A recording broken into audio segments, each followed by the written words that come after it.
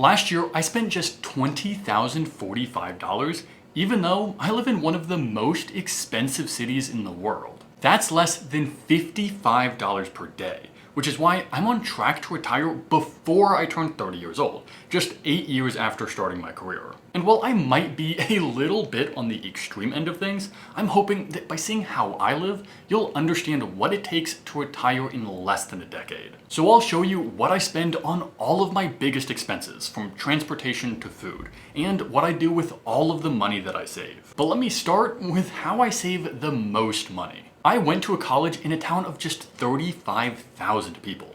But when I graduated college, I was moving to a city of millions of people. And while that was a little intimidating, moving to such a big city did give me an opportunity to do something which I had always wanted to do, which is live car-free. Because while big cities are really expensive, it does make it a lot easier to live without a car, because cities are so condensed that everything is much closer together. And not only are things way closer in big cities, public transportation is also a lot better.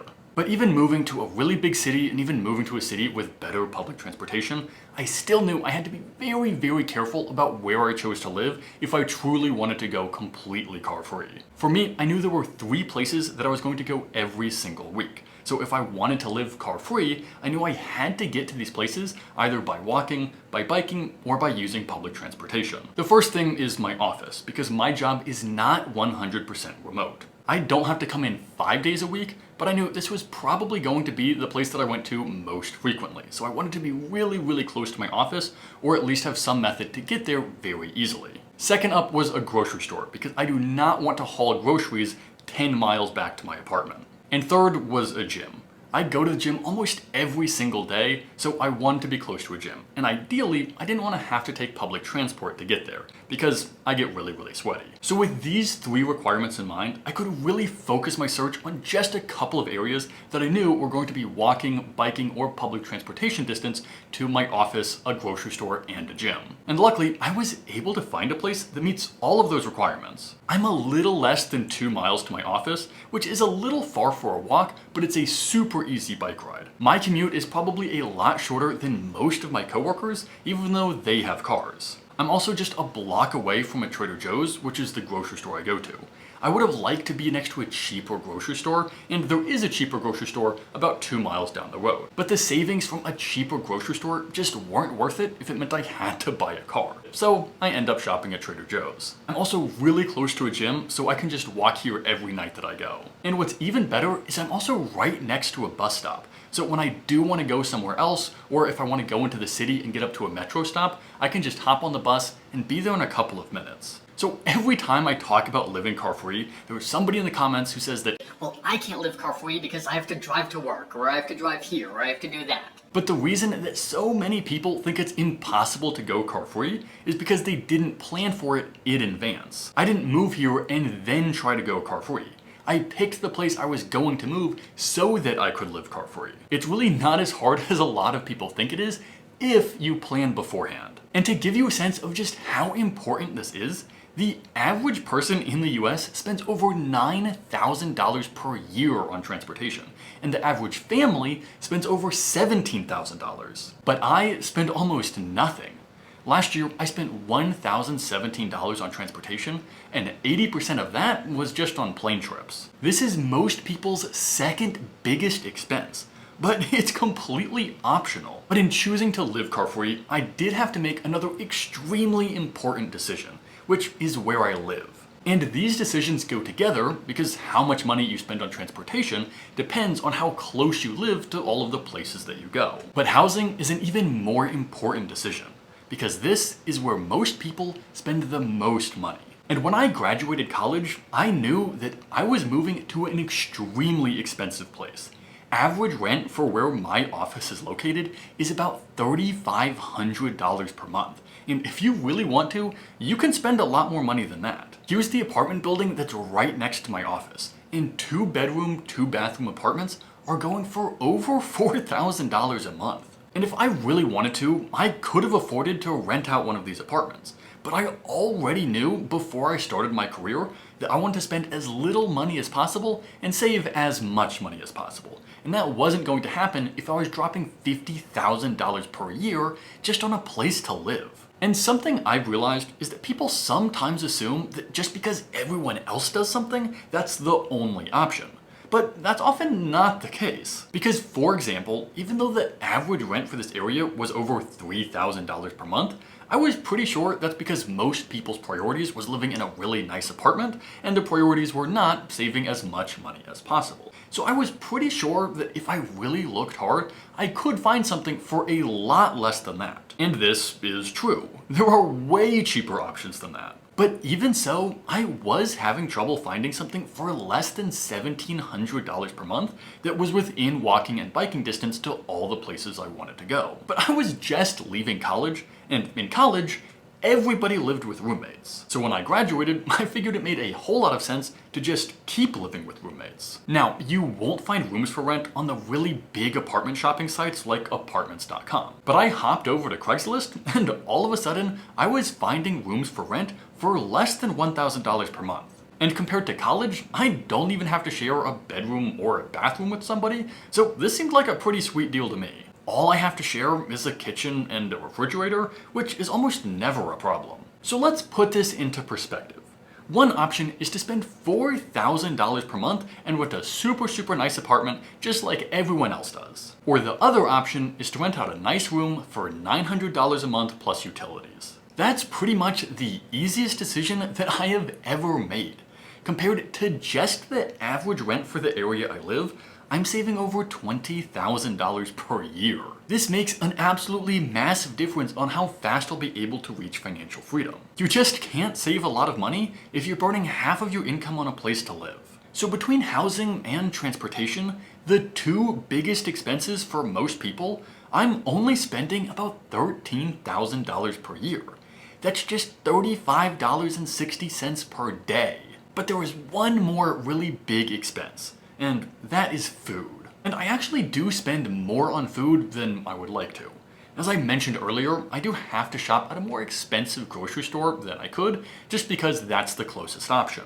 And since I live with roommates, I also share kitchen space. This usually isn't a very big deal, but it does mean that I can't always buy in bulk, and it limits how much storage I have to store food. So it is definitely possible to spend even less than I do, but I do use a few strategies to massively reduce my spending. And it probably goes without saying that I'm not going to eat out very often, but it goes a lot deeper than that. So for one, when I first moved out, I spent a lot of time figuring out the cheapest possible foods I could buy. Even at a more expensive grocery store, pasta and rice are so cheap. They're each about $1 per pound. And in terms of protein, I used to be a huge fan of eggs. But the price of eggs has been absolutely crazy since I started my career, so I've recently phased them out. Chicken has been a lot more consistent, still super cheap, and super high in protein.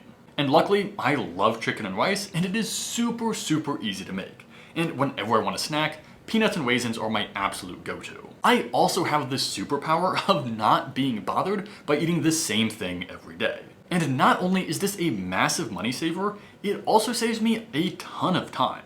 I usually cook about once per week, and I make about 14 meals at a time. This takes me less than 2 hours per week, and it means I get to buy everything in bulk. So when I crunch the numbers for the last year, I spent just $2,256 last year. Averaged 3 meals a day for 365 days per year, that's just $2.06 per meal. Eating out even at a cheap restaurant costs 10 times that. And this is why I always say that food is the easiest way to save money. One, it's one of your biggest expenses, and two, it is a super flexible expense. So we've covered the 3 biggest expenses for most people, and these account for about 75% of my annual spending. But at this point, we've only spent about $41.80 per day. But a question that I sometimes get is, what the heck do I do with all of my spare time to keep my expenses so low? And no, I don't just sit in my room and twiddle my thumbs all day just to save money. I'm actually really busy.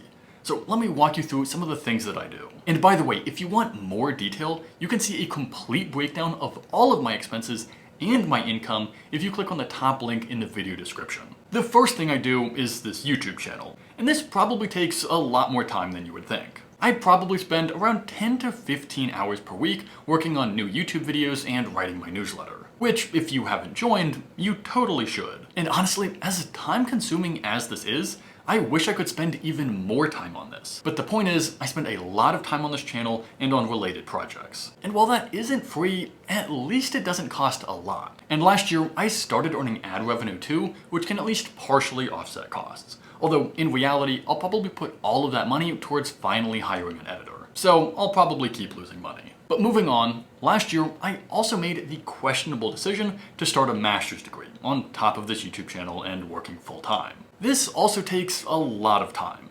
It sort of varies, but I've been trying to take 2 classes at a time, and they say to at least budget about 10 hours per week per class. I probably spend a little less than that, but the point is, it's a lot of time. And by the way, this master's degree is the reason that I've only been posting every 2 weeks to this YouTube channel and for my newsletter. Hopefully I'll be back to posting weekly soon. And while this is a lot of time, the good news is it's not a lot of money out of my wallet. It is very, very expensive, but as long as I get good grades, my company will at least reimburse me. And lastly, pretty much all of my extra time is usually spent at the gym.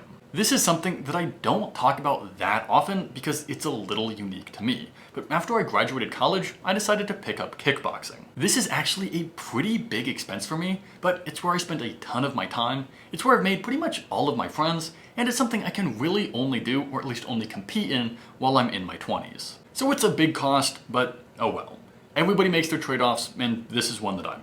So by filling my time with relatively low cost activities, I don't end up spending a ton of money. Altogether, I only spent $4,788 on all of my other expenses, or just $13.11 per day. So all total, this is how I keep my annual expenses at just $20,045 per year, which is just $54.92 per day.